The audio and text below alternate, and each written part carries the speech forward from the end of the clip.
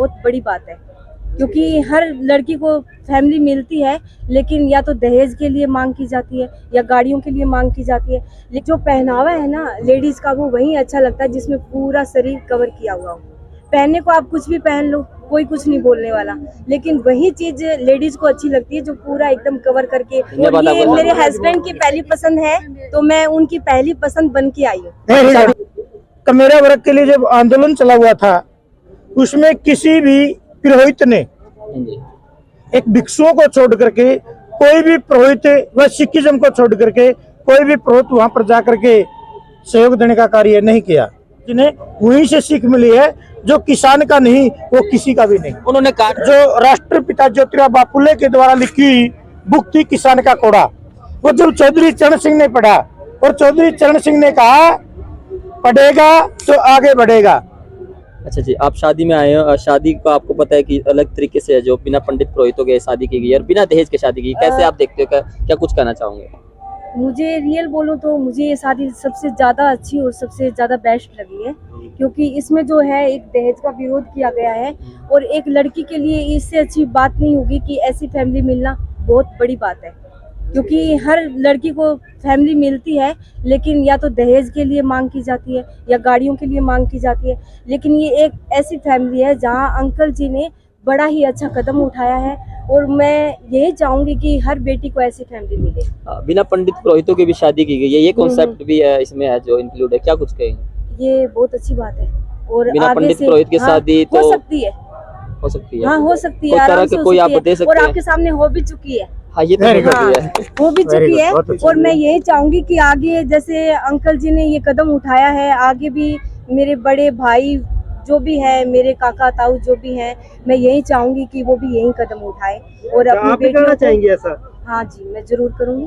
अगर मैं आगे की इतनी नहीं बोल सकती हूँ, लेकिन जहाँ तक होगा मैं ये कदम जरूर उठाऊंगी। Very good. आप पूरे परिधान में आए हो, जो कल्चरल है, जो कस्टम है, उसमें आप आए हो, ऐसा क्यों सोचा कि मैं इसी परिधान में चलूं? या नॉर्मल लड़की है जो जींस टॉप या और जो सलारे वगैरह डालती है शादी में? देखिए, जो पहनावा है ना लेडीज का, वो वही अच्छा लगता है जिसमें पूरा शरीर कवर किया हुआ हो। पहनने को आप कुछ भी पहन लो, कोई कुछ नहीं बोलने वाला, लेकिन वही चीज लेडीज को अच्छी लगती है जो पूरा एकदम कवर करके। और खास करके जो हमारा कल्चर है, अगर उस बेस में जाएंगे तो वो हर चीज को फैल कर देता है। तो कल्चर को रिप्रेजेंट करने आए हो आप? हाँ, कल्चर को रिप्रेजेंट करने आए हो? यस। ठीक है, थैंक यू जी, धन्यवाद। ये मेरे हस्बैंड की पहली पसंद है, तो मैं उनकी पहली पसंद बन के आई हूँ। शादी हो चुकी है? हाँ ठीक है जी, एक बार वो मैम कुछ कहना चाहती है। हाँ जी, वो जो मैडम ने अभी कहा है ना कि लेडीज को कवर होना चाहिए, तो लड़कों को भी कवर होना चाहिए। Yes yes, very good. कि हम यहाँ पे भेदभाव नहीं कर रहे हैं। Very good. लड़के ड्रेसअप सभी की सिविलाइज्ड हो, वेरी चाहे गुड। लड़का है चाहे लड़की है, साधुवाद, पाबंदी नहीं लगा सकते। हर चीज में सुंदर लगता है। सबकी पर्सनल लाइफ है, कोई कुछ भी डाले, नहीं, हर चीज में सुंदर लगता है, लेकिन सभी के लिए बराबर। हर चीज में सुंदर लगता है, लेकिन जो चीज अपने पहनावे में दी गई है, अगर वो ज्यादा पहने तो मेरे हिसाब से सबसे बेस्ट रहता है। मैम, मैं ड्रेस को जो कमेंट नहीं कर रहा था, जस्ट मैं इनके जो लेके डाल के आए हैं, मैं इसको पूछ रहा था कि रिप्रेजेंट करने आए हैं, कंफर्टेबल फील कर रही है, ये बोल रहा था। मेरी खुद की पर्सनली है कि सबकी अपनी लाइफ है, कोई कुछ भी डाले। नमस्कार सर जी। सबसे पहले तो मैं बताना चाहूंगा, भिक्खू काशी रतन ठेरो, तरंग बुधवार उपलाना मंडी और अखिल भारतीय भिक्खू महासंघ प्रदेशाध्यक्ष हरियाणा।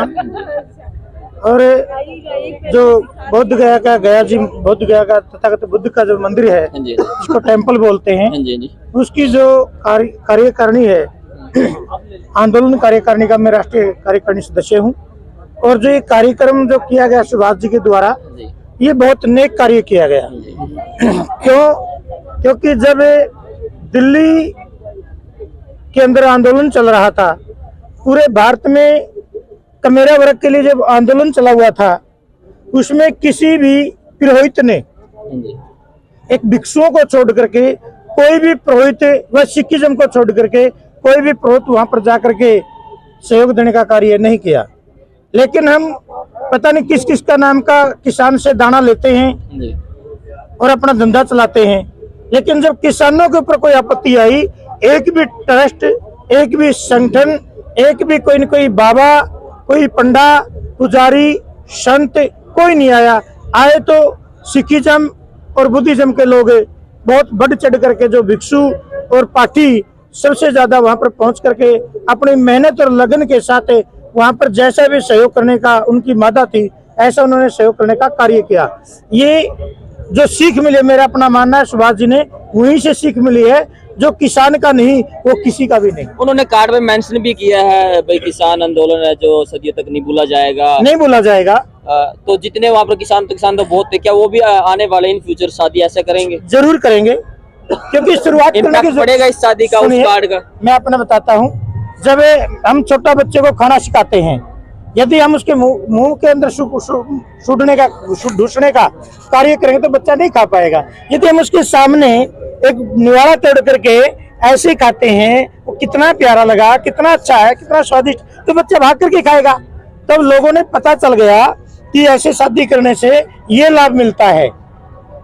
देखिए, और शादी होती डीजे के ऊपर भीड़ होती, लेकिन आप अंदर जाकर के देखना, डीजे के ऊपर नॉर्मल लोग मिलेंगे, लेकिन आम जनता की जो चर्चा मिलेगी वो समाज के, देश के हित के लिए मिलेगी। सर, शादी को लेकर समाज को क्या मैसेज देना चाहोगे? इसके लिए हम ये मैसेज देना चाहते हैं, बहुत साधुवाद का पात्र है कुंडू परिवार जिन्होंने ये फैसला लिया, और दल्लमरा परिवार से मैं बहुत प्रभावित हुआ, जो इतने अच्छे एक संस्कार में शामिल होकर के एक अच्छा व्यवहारिक जीवन जीने के लिए अपनी बेटी को ऐसा जीवन साथी चुनने का जो उन्होंने कार्य किया, ऐसा परिवार को चुनने का कार्य किया। नहीं तो वहाँ की मातृ शक्तियाँ ये भी बोल देती थी कि ऐसा नहीं हो तो ऐसा होगा, ऐसा नहीं तो ऐसा होगा, वो मानसिक रोगी हो सकते थे। लेकिन उस साथी ने सारी वेलाएं तोड़ करके माननीय सुभाष कुंडू जी का जो साथ देने का कार्य किया, उसके लिए मैं साधुवाद देना चाहता हूँ। दोनों परिवारों को हार्दिक मंगल कामना, सदा सुखी रहो, कल्याण हो। और सभी किसान मजदूर जितने सभी से मैं अपील करता हूँ कि हमें मृत्यु भोज और शादी के ऊपर ज्यादा खर्च नहीं करना चाहिए। हमें सर छोटू राम का दिया उसे मूल मंत्र को समझना चाहिए, जो राष्ट्रपिता ज्योतिराव बापुले के द्वारा लिखी हुई बुक थी किसान का कोड़ा। वो जब चौधरी चरण सिंह ने पढ़ा, और चौधरी चरण सिंह ने कहा पढ़ेगा तो आगे बढ़ेगा, इंसान के पास जमीर है तो जमीन है, तो हमें अपनी जमीन को बचाना है, तो व्यर्थ के खर्चे रोकने होंगे। तो बच्चों को ये बात तो मोदी जी भी कह रहे हैं, पढ़ेगा इंडिया, पढ़ेगा इंडिया। वो कह रहे हैं, लेकिन पढ़ा नहीं रहे। कितने स्कूल बंद कर दिए। इस देश की व्यवस्था को यदि आप बीच में नहीं हो, पढ़े और बढ़े की बात थी ना सर। उसने जो किया वो अपना काम कर रहा है। कितने स्कूल बंद कर दिए? 200 चमन तो लिस्ट आई थी साहब। चलो ठीक है सर, क्या कुछ लास्ट मैसेज देना चाहोगे अपने शब्दों में? मेरा लास्ट मैसेज एक ही है कि हमने व्यर्थ के खर्चे रोक करके, हमें इधर उधर के खर्चे रोक करके दो ही चीजों के ऊपर लगाने चाहिए, अपने बच्चों की कामयाबी के लिए, समाज के उद्धार के लिए। ठीक है सर, तो सर ने बड़ा